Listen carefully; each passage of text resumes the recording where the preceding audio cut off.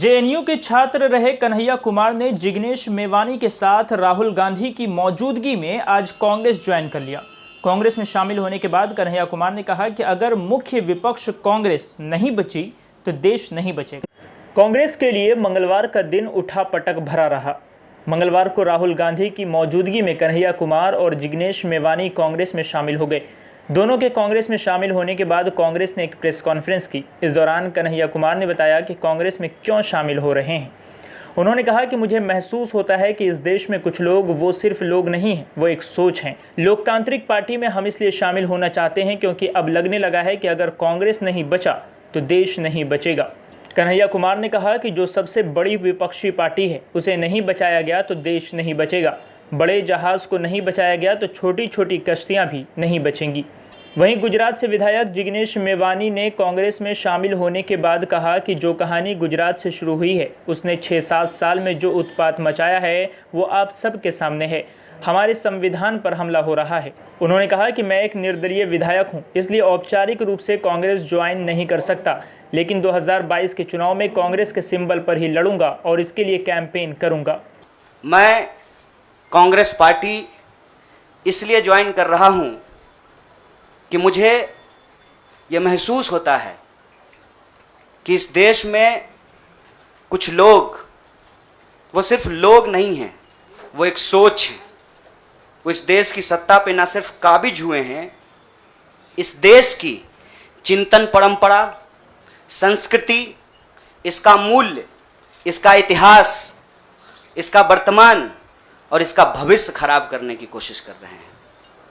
वो जो सोच है, उस सोच के बारे में आप अपने आप समझ जाएंगे, क्योंकि कहीं मैंने पढ़ा था कि आप अपने दुश्मन का चुनाव कीजिए, अपने विपक्ष का चुनाव कीजिए, दोस्त अपने आप बन जाएंगे। तो हमने ये चुनाव किया है। हम इस देश की सबसे पुरानी पार्टी, सबसे लोकतांत्रिक पार्टी, मैं जोर दे करके बोल रहा हूं लोकतांत्रिक पार्टी, ताकि आप लोग परिवारवाद पे सवाल जरूर कीजिएगा। लोकतांत्रिक पार्टी में हम इसलिए शामिल होना चाहते हैं कि हमको लगता है, और सिर्फ हमको नहीं लगता है, इस देश के लाखों करोड़ों नौजवानों को ये लगने लगा है। दुकान बचाओगे, बस्ती में जब आग लग जाती है ना, बेडरूम की चिंता नहीं करनी चाहिए।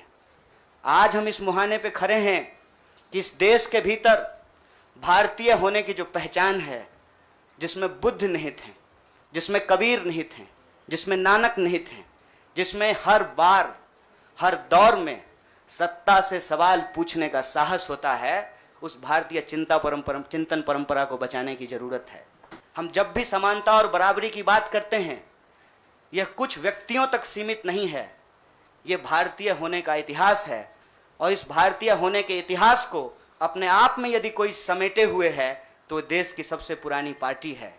और जो लोग कह रहे हैं विपक्ष कमजोर हो गया है, यह सिर्फ विपक्ष के लिए चिंता की बात नहीं है। यह मैं नहीं कह रहा हूं, कोई शास्त्र, कोई किताब उठा करके देख लीजिए।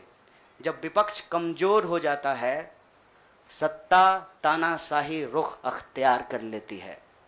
इसीलिए देश की सबसे बड़ी विपक्षी पार्टी, मैं कोई गुनागणित नहीं कर रहा हूं, लेकिन मुझे यह बात सीधे तौर पे समझ में आ रही है कि देश के लोकसभा में 545 सीट हैं, 200 लगभग सीट ऐसे हैं जहां भाजपा के सामने कांग्रेस के अलावे कोई विकल्प नहीं है।